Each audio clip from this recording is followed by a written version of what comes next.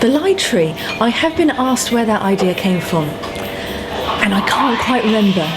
I know when I got it, the idea, and it was in the middle of a hike.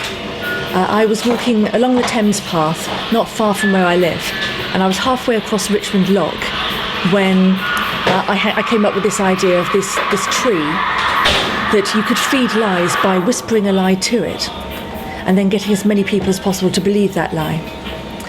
And that if you did so, the tree would then bear a fruit, and if you ate that fruit, you'd learn an important secret. And I remember stopping on the bridge and knowing that I had an idea I could use for a story. But at that point, of course, not really knowing what I was going to do with it.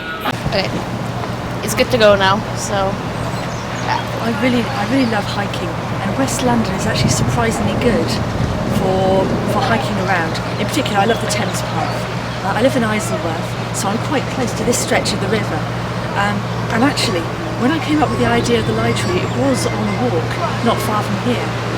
I recall getting the idea for the lie tree, this tree that feeds on lies, while I was halfway across that Richmond Lock. And I remember stopping in the middle of it and realising that I had come up with an idea. I didn't know what I was going to do with it back then, but that's where it was. Often it's not the matter of just getting the one idea. Sometimes it's combining it with other ideas to the point where it develops a bit more life in your head, and then you start getting lots of other ideas and so forth. So in the case of the lie tree, originally, as I say, I didn't know what to do with the idea. So I tried creating fantasy settings, entirely alternative worlds in which to place that story. And it didn't really work. It just didn't click.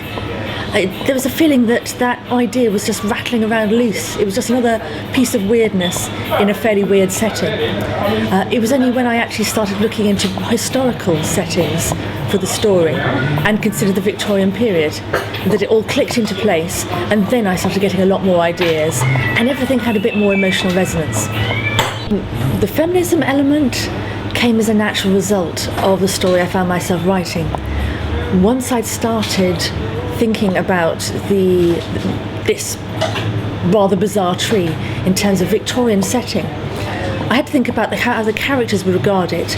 And well, on the one hand, given that the way they were brought up, some of them were likely to be looking at it as a bit sinister, a bit like the Tree of Knowledge. But given the age and this drive towards scientific exploration, they'd also see it as a fascinating botanic specimen. So then I started thinking of it in terms of the way natural scientists might regard it. And then, of course, once I was considering natural science, that opened up lots and lots of other lovely cans of worms. I started to imagine a natural scientist and his daughter as the two main characters. And once I was considering a teenage girl with an interest in science, then I couldn't really avoid the gender angle.